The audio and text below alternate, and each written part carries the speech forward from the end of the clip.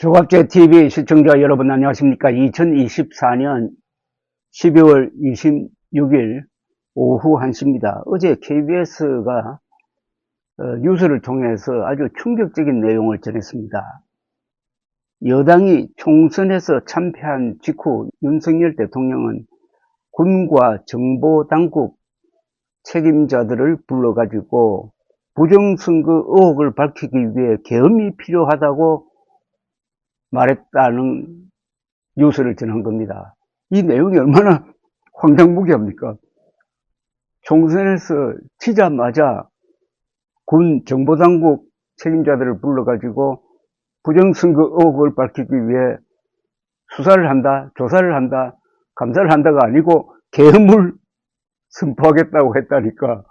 요 문장 하나가 윤석열 대통령은 미치광이라는 그 말을 뒷받침하는 것이라고 볼 수 있습니다. KBS는 여당의 참패로 끝난 지난 4월 총선 1호부터 한 달 뒤에 대통령 관저에서 윤석열 대통령 주재의 모임이 열린 것으로 알려졌습니다. 술자리 형식이라고 했어요.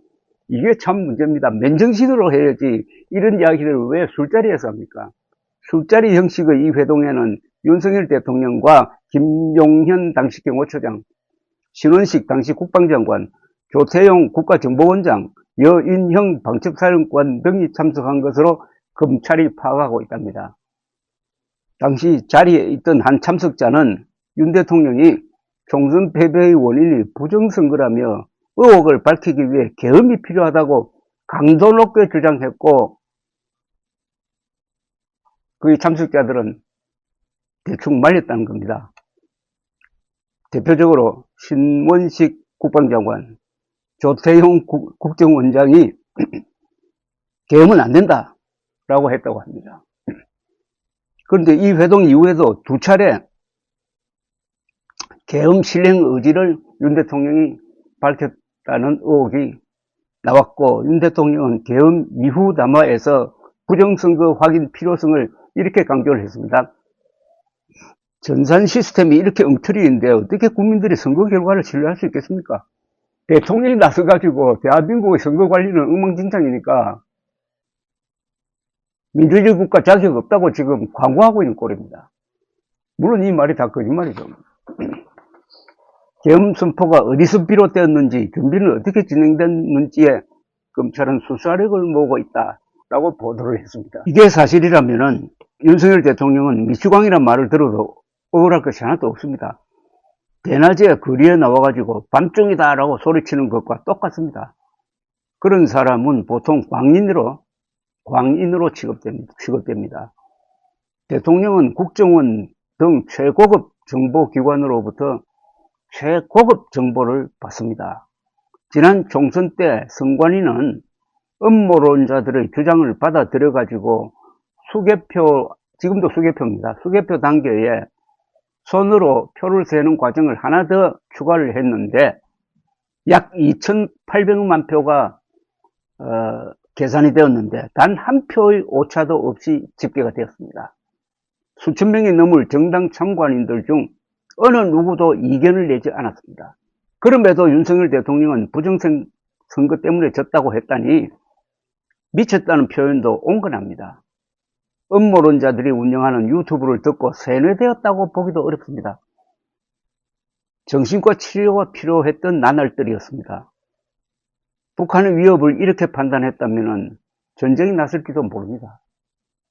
부정선거가 있었다면 수사기관이나 감사원에서 조사하여 밝혀내도록 해야지 왜 비상계엄령을 펴고 왜 계엄군 수백 명을 투입합니까?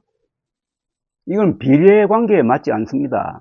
빈대 잡으려고 초가삼간 태우는 것과 같은데 이는 비례관계에 대한 분별력이 마비될 때 하는 정신병자적 행동입니다. 근데 이웃집에서 고성방가 소리를 높이고 노래 부른다고 계엄령을 펴는 것과도 비슷한데 이를 가리켜 비정상적이라고 하는 것보다는 미쳤다는 말이 정확하지 않겠습니까? 강도가 담을 넘어 들어올 때는 강도야라고 해야지 정체를 알 수 없는 사람이 허락을 받지 않고 예리한 쇠붙이를 들고 들어옵니다라고 경찰에 신고하면 경찰이 출동하겠습니까? 비상 상황에서는 과격한 언어가 가장 정확할 수가 있습니다. 이걸 통해서 윤석열 대통령이 밀어붙였던 정책도 다 이 수준에서, 그러니까 허위 정보를 기초로 해서 이루어진 것 아니냐. 그게 제일 대표적인 게 의과대학 정원 2,000명 늘리기입니다. 이것도 이런 식으로 완전히 허황된 정보에 기초해가지고 밀어붙여서 의료 대란을 일으켜 놓고도 자기 체면 깎인다고 수습을 하지 않고 있다가 결국 그게 총선에서 국민의 힘을 참패로 몰고 가고, 그게 결국 윤석열 대통령을 코너로 먼 것 아니겠습니까? 어디 보면은 의료 대란 일으켰다가 그 늪에서 헤어나지 못하고 계엄 사태를 자신이 불러들여 가지고 비참한 지금 말로를 예약해 놓고 있다고 봐야 됩니다. 그리고 지금 무슨 대왕고래라는 엄청난 프로젝트를 가지고 지금 동해에서 144억 배럴짜리 초대형 유전을 찾는다고 하는데, 이것도 출발부터가 허무맹랑한 걸 가지고 이렇게 부풀려서 한 것이 분명합니다. 그렇게 근사한 유전 구조가 있으면 외국 회사들이 달려들 것 아닙니까? 외국 회사 하나도 거기에 돈을 대겠다는 곳이 없습니다. 오히려 호주 회사는 희망 없다고 철수한 뒤에 윤석열 대통령이 지난 6월 3일 날 마치 유전이 발견된 것처럼 자기가 직접 발표를 함으로써 이런 지금 해프닝이 벌어지고 있습니다. 이게 대국민 사기극이 될지 잔류국의 꿈이 될지 여러분 한번 지켜보십시오. 그래서 이렇게 됐으니까 앞으로 윤석열 대통령이 재임 기간에 했던 정책을 리뷰를 다시 재검토를 한번 할 필요가 있습니다. 그래서 취소할 것은 취소하고 정지할 것은 정지해야 됩니다. 술자리에서 비상계엄령 이야기를 하는 사람이 있다면은 그 사람은 뭐라고 불러야 됩니까? 대통령이라고 불러야 됩니까? 광인이라고 불러야 됩니까? 감사합니다.